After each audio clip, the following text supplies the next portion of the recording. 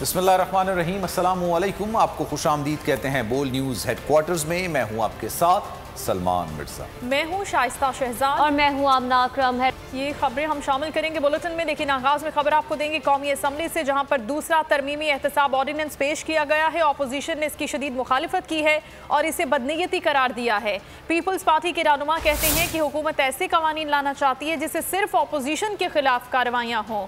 खबर आपको दे रहे हैं दूसरे तरमीमी बिल के हवाले से। अपोजिशन की एहतसाब तरमीमी बिल में रुकावट, शदीद मुखालिफत की गई और इसे बदनीयती करार दिया गया। पीपल्स पार्टी के रहनुमाओं ने कहा कि हुकूमत ऐसे कवानीन लाना चाहती है जिससे सिर्फ अपोजिशन के खिलाफ कार्रवाइयाँ हों। क्या पाकिस्तान में मुस्तनद लोगों की कमी है? नवीद कमर जो पीपल्स पार्टी के रहनुमा है, उन्होंने सवाल उठाया। आज के इस इजलास में कौमी असम्बली में दूसरा तरमीमी एहतसाब ऑर्डिनेंस पेश किया गया। जमीयत उलमा इस्लाम की जानिब से भी इस ऑर्डिनेंस की शदीद मुखालिफत की गई। पीपल्स पार्टी के लोगों ने भी इसकी मुखालिफत की और हुकूमती रहनुमा ने कहा कि ऑर्डिनेंस किसी की ज़ात के लिए नहीं है। ये ऑर्डिनेंस जो आज पेश किया गया था कौमी असम्बली में, नफीसा शाह ने कहा कि हुकूमत ने इसमें अपने लोगों को एनआरओ दिया है, लेकिन अपोजिशन के खिलाफ कार्रवाइयाँ जारी रहेंगी। ये दूसरा एहतसाब का बिल है, तरमीमी एहतसाब ऑर्डिनेंस, जो आज कौमी असम्बली में पेश किया गया, जिसकी अपोजिशन ने शदीद मुखालिफत की है। जमीयत उलमा इस्लाम की जानिब से भी आज कौमी असम्बली में पेश किए जाने वाले ऑर्डिनेंस की शदीद मुखालिफत की गई, लेकिन फ़रूग नसीम ने इस मौके पर कहा कि ऑर्डिनेंस किसी की ज़ात के लिए नहीं है। नफीसा शाह ने इस खिताब में ये कहा कि लोगों ने, हुकूमत ने अपने लोगों को एनआरओ दे दिया है इस तरमीमी एहतसाब ऑर्डिनेंस में।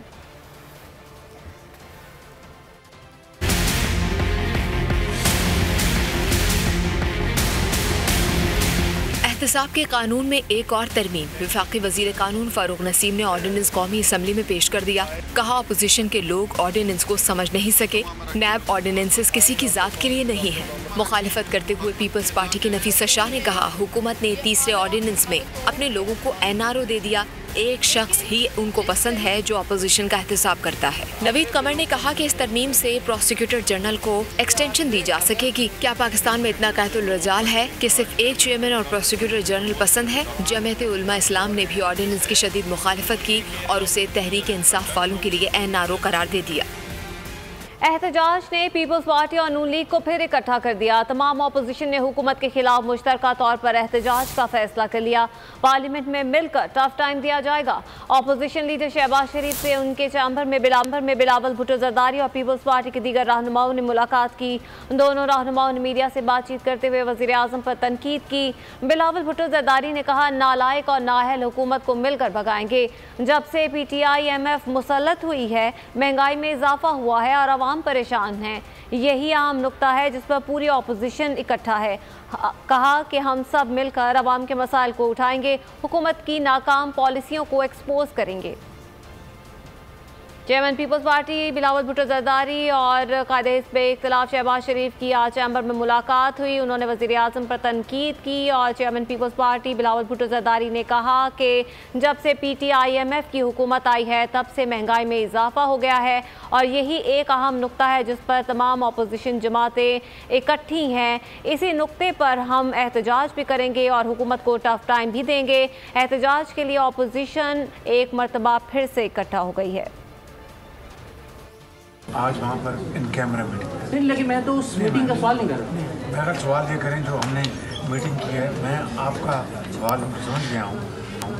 वो बिल्कुल इन कैमरा मीटिंग्स थी, हम पाबंद हैं सब। Nothing surprising.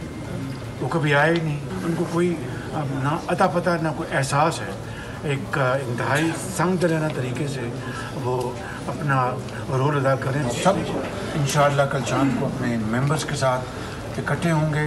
पार्लियामान में तमाम पॉलिटिकल पार्टीज मिलकर हम महंगाई के ख़िलाफ़, हम जो EVM के नाम पर जो वोट को नकब लगाने की एक साजिश कर रही है गवर्नमेंट, जो नैब ऑर्डिनेंस के अंदर जो बार बार तरमीम लाकर इमरान खान नियाज़ी खुद अपने आप को NRO दिलवाना चाहते हैं। पार्लियामान की हद तक चाह वो अवाम का महंगाई का मसला हो, अवाम का वोट पे डाका डालने की कोशिश हो EVM की ऑर्डिनेंस के थ्रू, या पॉलिटिकल विक्टिमाइजेशन को फर्दर करना नैब ऑर्डिनेंस के थ्रू, इन तीनों इश्यूज़ पे आपके सामने जो पूरी कौमी ऑपोजिशन का क़यादत है वो खटा नज़र आ रहा है।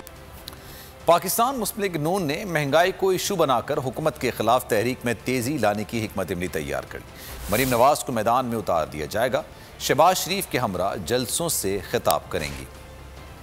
हुकूमत मुखालिफ तहरीक में तेजी लाने के लिए नून लीग की हिकमत अमली तैयार। मुस्लिम लीग नून की नायब सदर मरीम नवाज को मैदान में उतारने का फैसला। हुकूमत के खिलाफ सियासी माहौल को गरमाने के लिए मरीम नवाज शहबाज शरीफ के हमरा मैदान में होंगी। मुल्क भर में अवामी सतह पर एहतजाजी जलसे, रोड कारवान और लॉन्ग मार्च से मरीम नवाज खिताब करेंगी। इन हाउस तब्दीली या पार्लिमानी सियासत या इंतखाबी मामलात को मियाँ शहबाज शरीफ देखेंगे। पार्टी क़यादत ने अरकान असम्बली और अहदेदारान को अपने अपने इलाकों में जालिमाना महंगाई और बेरोजगारी के इशू पर लोगों को तैयार करने की हिदायत कर दी। क्या इलेक्शन कमीशन ने हुकूमत के खिलाफ चार्जशीट पेश कर दी? डस्का ज़िमनी इंतखाब शफाफ नहीं था। इंतजामिया धांधली कराने में पूरी तरह मुलव्विस रही। फिरदौस आशिक अवान धांधली की मनसूबाबंदी में शामिल रहीं। प्रिजाइडिंग अफसर पुलिस ने लापता किए। खातून अफसर को हिरासा भी किया गया। इलेक्शन कमीशन ने तहकीकाती रिपोर्ट जारी कर दी। कोताही के मुर्तकिब डिस्ट्रिक्ट रिटर्निंग अफसर और रिटर्निंग अफसर को OSD बना दिया गया।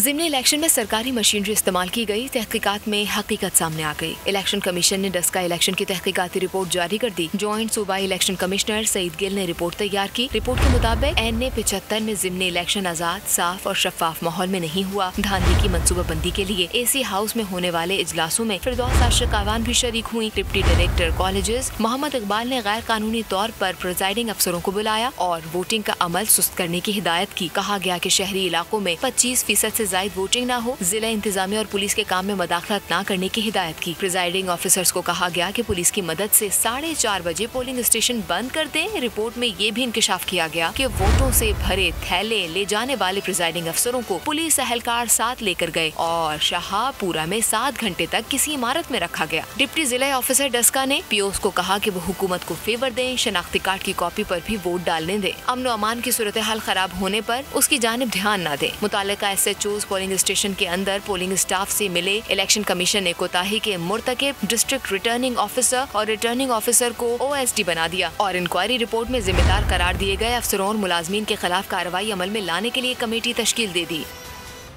अवाम के हकीकी नुमाइंदे सिर्फ और सिर्फ अपोजिशन है। मौलाना असद की मीडिया से गुफ्तगू। हुकूमत सिर्फ अपनी कुर्सियां बचा रही है। हम पार्लियामान के अंदर तमाम तर बिल का रास्ता रोकेंगे।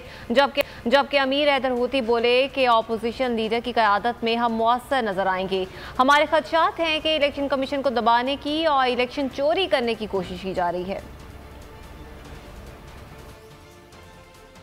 इस मुल्क के अवाम की हकीकी नुमाइंदगी वो अपोजिशन जमातें कर रही हैं और हुकूमत सिर्फ अपनी कुर्सी बचाने के लिए जोड़ और तोड़ की सियासत कर रही है। हम पार्लियामान के अंदर इंशाअल्लाह उनके तमाम इक़दामात, उनके तमाम बिल जो इस वक्त लाए जा रहे हैं उसका रास्ता भी रोकेंगे और हुकूमत को मजबूर करेंगे कि वो फ्लोर ऑफ द हाउस आकर पार्लियामान को, अवाम को जवाब दे कि वो किस बात की महंगाई कर रहे हैं। अवाम को नज़र आएगा कि अपोजिशन उनके हुकूक की जंग पार्लियामान के अंदर भी लड़ रही है और पार्लियामान के बाहर भी लड़ रही है। ज़्यादा मौसर और ज़्यादा मुत्तफ़िक इंशाल्लाह नज़र आएगी। हम सब की ये खदशात हैं कि एक तरफ इलेक्शन कमीशन पर हमला आवर होकर इलेक्शन कमीशन को दबाया जा रहा है या दबाने की कोशिश की जा रही है और दूसरी तरफ EVMs के ज़रिए आने वाले इलेक्शंस को चोरी करने की कोशिश की जा रही है। तमाम पॉलिटिकल पार्टीज़ अब मिलकर मेरे ख्याल से हम वक्त आ गया कि हम कौम की नुमाइंदगी करें और महंगाई के हवाले से जो हुकूमत की गलत पॉलिसीज़ हैं उनको हम बेनकाब। जमात इस्लामी ने पेंडोरा पेपर्स में सामने आने वाले नामों के खिलाफ कार्रवाई के लिए सुप्रीम कोर्ट से रुजू कर लिया। अमीर जमात इस्लामी सिराजुल हक ने इस्तदा की पेंडोरा लीक्स में शामिल अफराद के खिलाफ तहकीकात की जाए। मीडिया से गुफ्तगू में कहना था मुल्क में एहतसाब का कोई निज़ाम नहीं। इमरान खान ने सिर्फ एक शख्स नवाज शरीफ को पानामा लीक्स में टारगेट किया। हमारी दरख्वास्त सबके खिलाफ कार्रवाई की थी। वज़ीर ख़ारजा शाह महमूद कुरैशी कहते हैं कि सबकी ख्वाहिश थी कि कौमी सलामती के मामलात पर पार्लिमानी लीडर्स को एतमाद में लिया जाए। DGISI ने ब्रीफिंग दी जबकि आर्मी चीफ ने सवालात के जवाब दिए। वज़ीर दाखिला शेख रशीद ने कहा कि कौमी सलामती के इजलास में कल अदम TTP से मुतालिक कोई फैसला नहीं हुआ। वज़ीर दाखिला ने मज़ीद कहा कि आज के इजलास का माहौल बहुत ज़बरदस्त था, ऐसा होता रहना चाहिए। देखिए, एक संजीदा मसले पे सबकी ख्वाहिश थी कि पार्लिमानी लीडरों को एतमाद में लिया जाए। DGISI ने एक प्रेजेंटेशन दी, आर्मी चीफ ने सवालात जो उठे उनका जवाब दिया। लीडर ऑफ द अपोजिशन ने जो अपना नुक्ता नज़र बयान किया और दीगर अपोजिशन कायदीन ने, मैंने हुकूमती मौक़िफ़ को वहाँ पेश करने की कोशिश की। शेख साहब, आज की मीटिंग कैसी रही सर? जबरदस्त मीटिंग रही। माहौल कैसा था? पोजीशन भी एक बड़ा जबरदस्त माहौल था। ऐसा होता ही रहना चाहिए माहौल। अच्छा सर, TTP से मुतालिक सर क्या फैसला हुआ सर? कोई फैसला नहीं हुआ, अभी तो बताया कोई फैसला नहीं हुआ किसी चीज़ के बारे में। मसला है अफगानिस्तान 40 साल आया और कश्मीर का मसला 74 साल आया। अगर इसकी यहाँ फिक्र हुई है और बड़े अच्छे अंदाज में गुफ्तगू हुई है पूरी शरह और बस के साथ, तो इसी तरह का पूरी कौम का एक कंसेंसस डेवलप हो जाए तो मुतमईन। सब्सक्राइब करें और बेल दबाएं ताकि कोई खबर रह न जाए।